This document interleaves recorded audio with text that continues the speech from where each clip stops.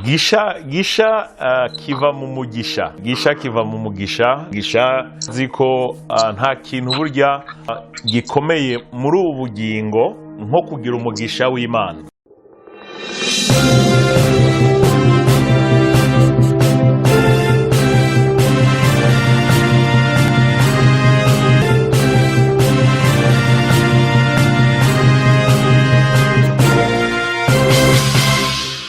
Nshuti namwe bagenzi, turabahaye ikaze kuri Gisha TV. Uyu munsi turanezerewe kuba turi kumwe namwe tuganira ku bijyanye n'umurimo w'Imana, ku bijyanye no gukorera Imana, kandi tuzoba turi kumwe n'umushitsi w'umukozi w'Imana Pastor SAIBA ari muri Kenya. Rero turizera yuko tuza gusangira umugisha wo kuganira ku bijyanye no gukorera Imana. Pastor SAIBA, turaguhaye kaze. Murakoze cyane Reverend Pastor Diamond. Ego. Murakomeye mwewe uyu mwanya. Ego turakomeye, tumeze neza, turashima Imana ihabwe icyubahiro. So nagira ndakubaze, mumeze gute muri Kenya? Umurimo w'Imana uragenda gute muri Kenya? Muri Kenya turashima Imana. Ikibazo gusa gihari ni kiya kibazo nyine kiri mu isi yose cya corona. Twarugariwe amashengero, ariko nibitubuza ko dusenga nuko bimeze. Imana ihabwe icyubahiro.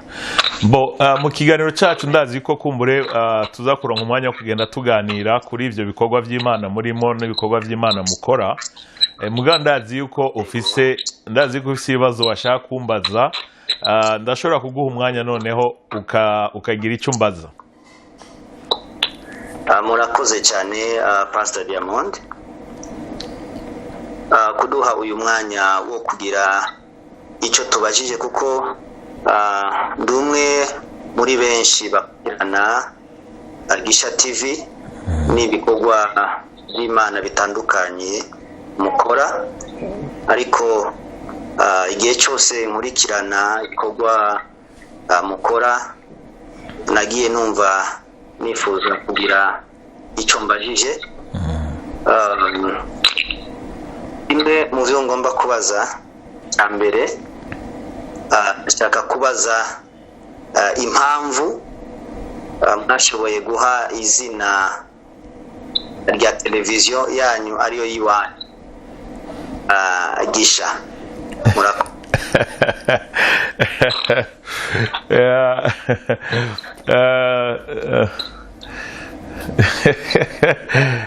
Icyo kibazo kirakomeye. Mu bisanzwe gisha kiva mu mugisha. Gisha kiva mu mugisha. Urazi ko nta kintu burya gikomeye muri ubu bugingo nko kugira umugisha w'Imana. So umugisha w'Imana udushoboza byinshi. Umugisha w'Imana utwugurura imyango myinshi. Umugisha w'Imana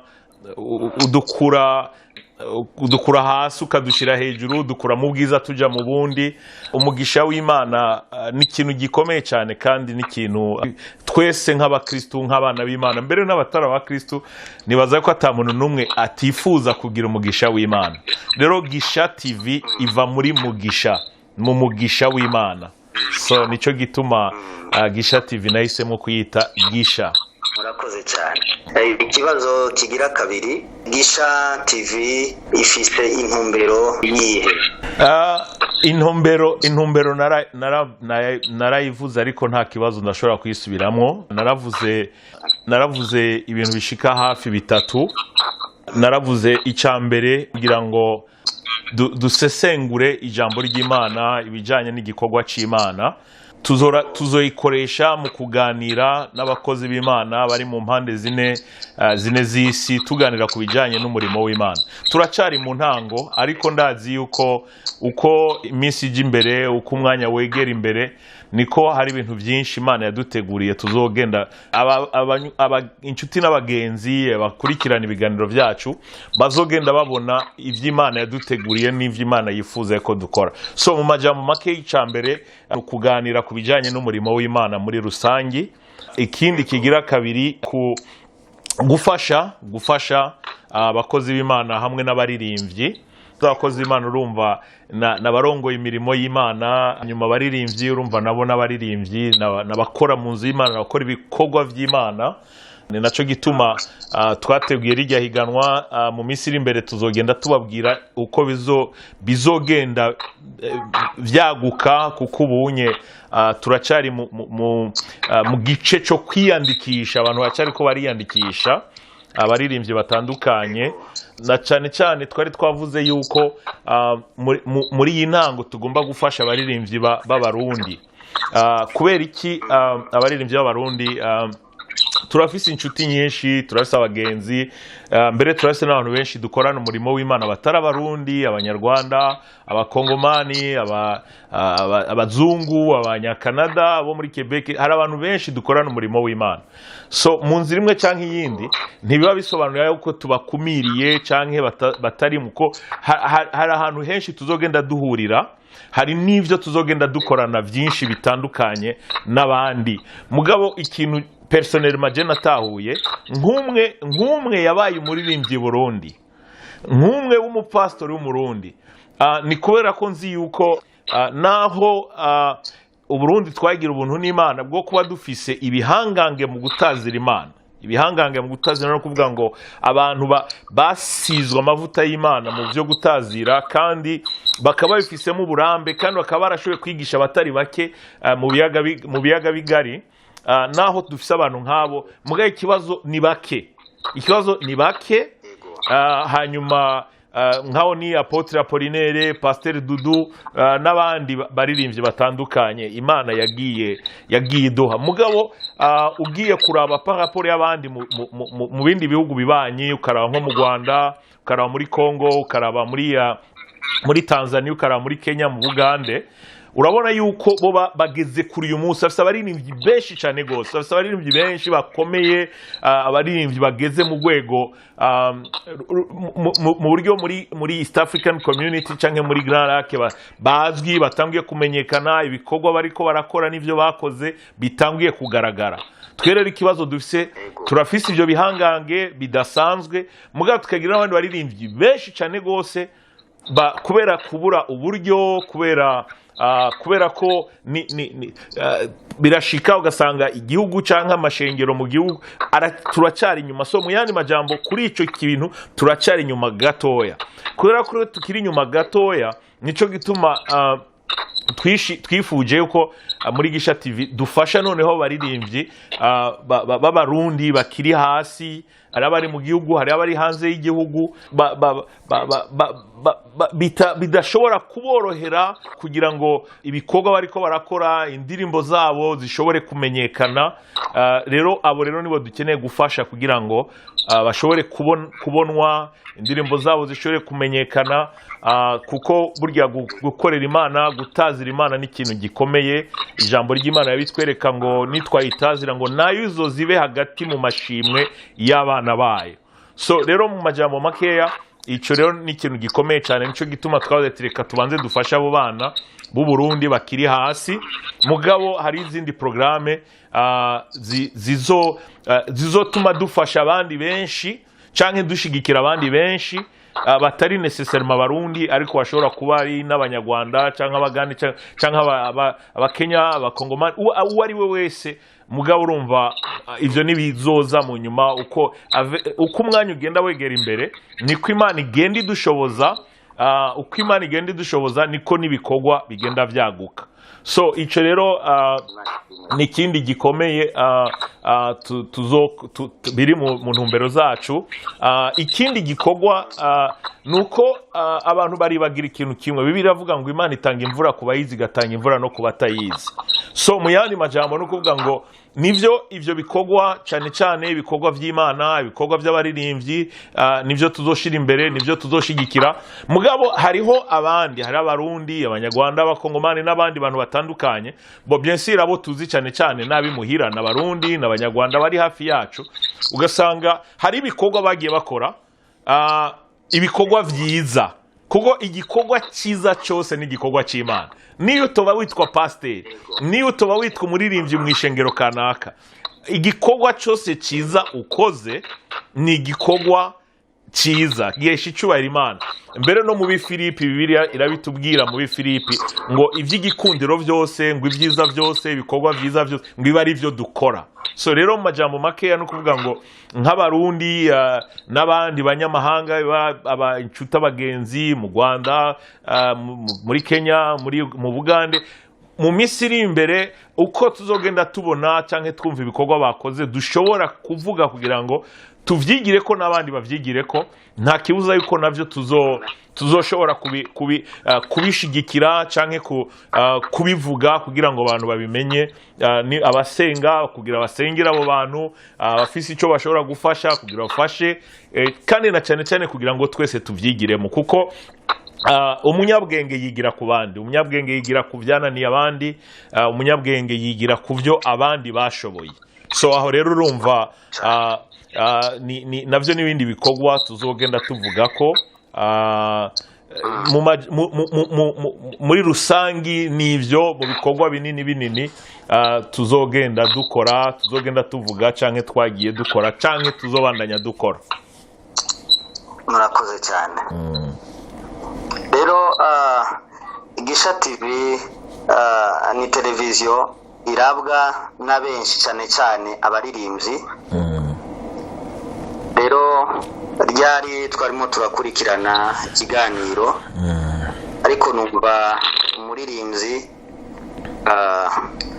afise ikibazo, nayo mpamvu nakoze ibishoboka byose kugira ngo ndebe yuko by'ukuri nshobora kuronka akanya ko kubaza ikibazo.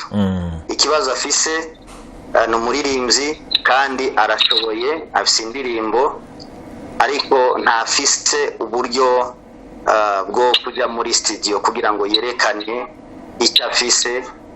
Nk'uwo murashaka kumufasha iki? Bo urakoze, icyo kibazo ni kibazo cyiza. Nk'akarorero muri rihiganwa tugiye gukora, twaravuze ubushimwe tuzoha uwabaye umuririmbyi wa mbere, uwabaye umuririmbyi wa kabiri, uwabaye umuririmbyi wa gatatu. Nk'uwo muririmbyi abishoboye niyagira amahirwe akaba muri abo batatu ba mbere, ndizera yuko ibyo ari byo byose mu gashimwe abo baririmbyi bazoshobora kuronka, birashoboka yuko uburyo azoba yaronse bumujyana muri studio. Icyo rero urumva niyo mahirwe yo gukora cyane, kuko buriya ijambo ry'Imana riratubwira ngo udakoze ntakarye. Burya biragoye kugira ngo ufungure utakoze. So mu yandi majambo, twese kugira ngo tubeho, kugira ngo twese dufungure, twigaburire, tugaburire imiryango yacu, bisaba yuko dukora kandi tugakora cyane.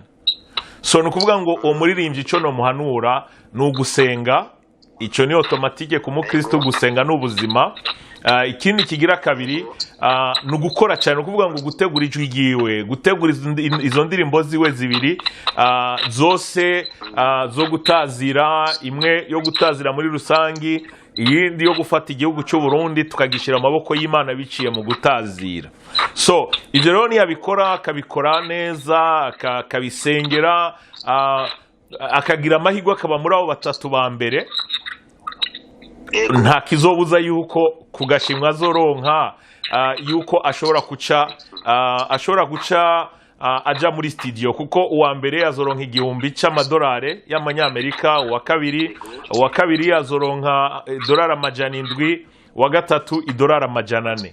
So ibyo ari byo byose abo batatu avec ayo mafaranga biroroshe yuko aja gukora indirimbo niyo yoba imwe hagati y'imwe na zingahe, kuri ayo mafaranga ko ndazi yuko muri Afrika canke muri mu biyaga bigari canke muri East African Community ufise ayo mahera birashoboka yuko uja muri studio n'abaririmbyi bo mu makorale nico kimwe. So mugabo urumva nkuko wabivuze urumva abo ni batatu gusa urumva birashoboka yuko kumbura atazogira ayo mahirwe yo kuba muri abo batatu. So atagize ayo mahirwe yo kuba muri abo batatu ico yokora no kubandanya senga arondera mu nyonga z'Imana kugira ngo kumbure kuko izo ndirimbo zabo bazoba baririmbye tuzozimenyekanisha nitwamara kuzimenyekanisha hari igihe bishobora gushika umuntu akamushima ko umuntu ashobora gutaba uwa mbere cyangwa uwa kabiri cyangwa uwa gatatu mugabo ugasanga hari umuntu yashimye indirimbo yiwe, hari umuntu yashimye ijwi ryiwe. Birashoboka ko umuntu avuga ati jewe uriya mwana, jewe uriya mugore, uriya mugabo jewe nkeneye kumufasha.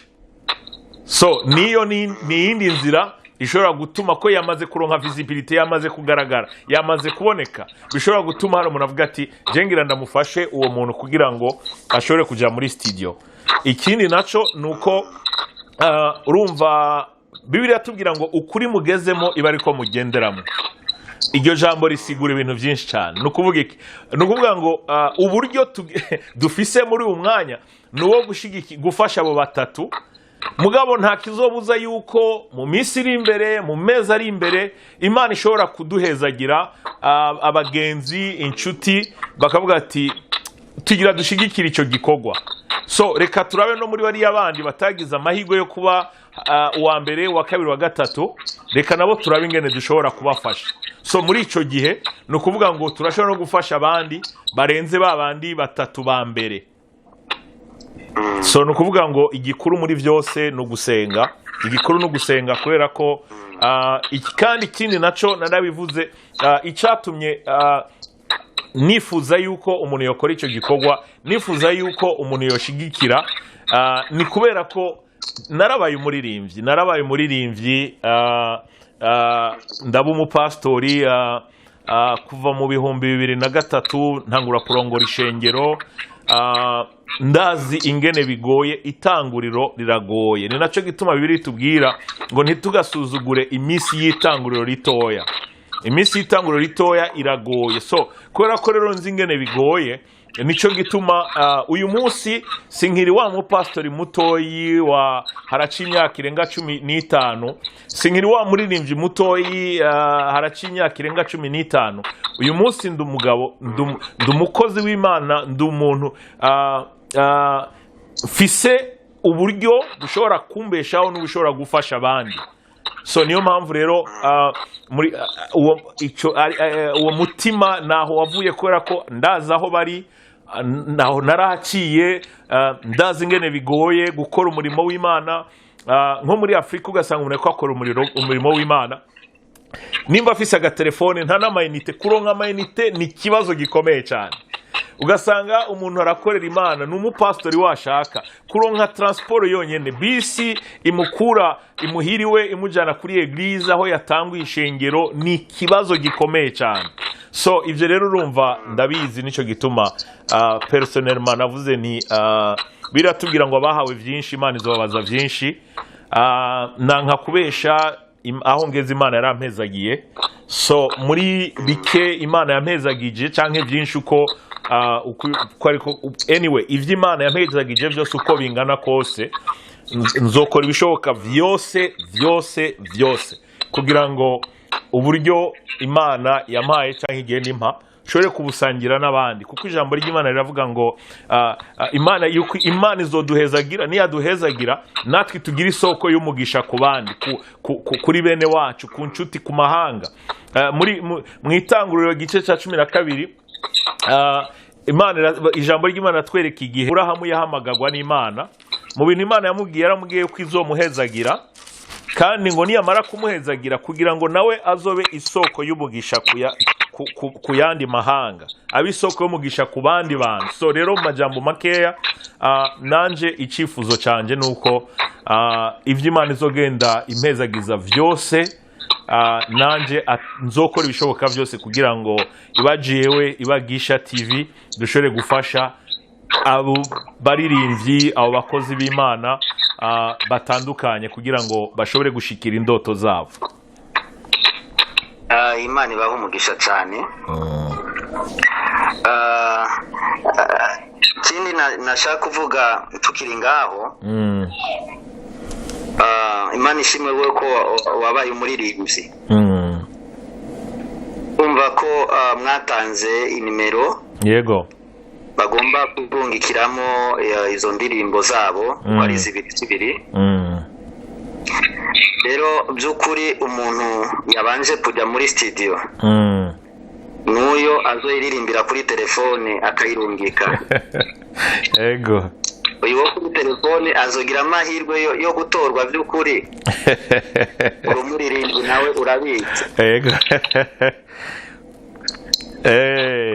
abo kuri telefone mwobafashe iki kugira ngo nabo bagira amahirwe yo gutora, kuko murahari kugira ngo mufashe abantu bafise ingabire. Yego murakoze cyane. Ubajije ikibazo cyiza cyane, nivyo mu bisanzwe. Edair n'ubu reka nsubire kandi nsubire ntange nimero ya bashobora kwiyandikishiriza ko kuri WhatsApp ni guteranya 1,438 504 77 72. Reka ndayisubiremwo, guteranya 1 4 3 8 5 ubusa 4 7 7 2. So iyo ni telefone ya nimero ya WhatsApp dushobora kuganirira ko. Hariho benshi ariko bariyandikisha kandi nico kibazo bagiye bakimbaza, nibaza ko tumaze gushikana ku baririmbyi bashika hafi 15. So rero ico kibazo ni cyiza mugabo kandi ni kibazo kigoye. So twaraganiriye ikintu nababwiye kandi nzobabwira mu bisanzwe uku kwezi ni kwarangira niho tuzotangura none kuganira nabo bose hamwe. Twamaze kugira umugwi umwe kugira ngo tugende tuganira, kugira ngo tugende turaba ingene twogenda dufashanya mu nzira zose zishoboka kugira ngo biborohereze bose cyangwa boroherwe mu kwitegura. So mu majambo makeya nk'uko bivuze birumvikana, umuntu yagiye muri studio n'utagiye muri studio biragoye kugira ngo umuntu amenye biragoye kugira ngo indirimbo zize zimeze cyo kimwe. Biragoye kugira ngo indirimbo zize zimeze cyo kimwe. Mugabo abahanga bazogenda badufasha kugira ngo batore uwa mbere, wa kabiri n'uwa gatatu hamwe n'abakozi b'Imana. Hari ibintu byinshi bazoraba, bazoraba iyo ndirimbo ego uko izoba yaje kose, bumviriza amajambo arimo muri iyo ndirimbo. D'abord umva abakozi b'Imana bazosuzuma bumvize ko ayo majambo ahwanye n'ijambo ry'Imana, kuko biroroshye ko umuntu ashobora kuririmba amajambo ukumva na majambo meza, mugabo agenda gusuzuma ugasanga ayo majambo atandukanye n'ijambo ry'Imana. Hariho abazosuzuma ubushobozi bw'ayo majambo, impact ayo majambo ashobora kugira mu buzima bwacu. So hazuba ari ibintu byinshi cyane rwose basuzuma ku buryo abantu bashobora gutangara, bigashika yuko umuntu yatanze indirimbo ataciye muri studio ashobora kugira amahirwe yo kuba uwa mbere, uwa kabiri cyangwa uwa gatatu. Aho rero niho tuzokwifashisha abahinga, tukongera tukifashisha n'abantu bazotora baravye uwo muntu uwo ari we n'izo ndirimbo ziwe uko zimeze, uko iyo ndirimbo yiwe yaje imeze. Yego murakoze cyane. Urakoze nawe.